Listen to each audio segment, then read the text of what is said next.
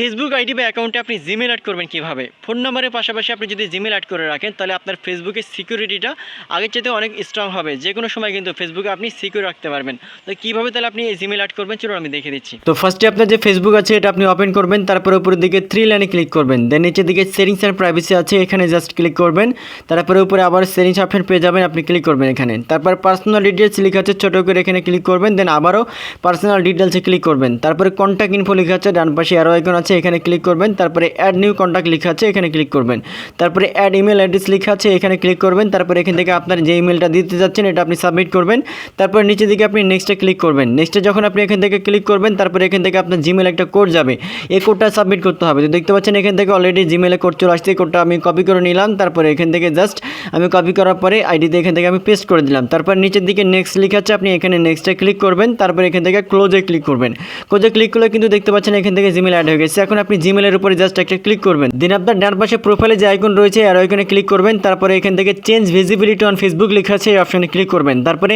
এটা পাবলিক করা থাকলে অনলাইন করে রাখবেন। সো এভাবে খুব সহজে কিন্তু আপনার ফেসবুক আইডি বা অ্যাকাউন্টে আপনি জিমেল আইডি অ্যাড করে আপনার আইডিটা আপনি সিকিউর রাখতে পারবেন।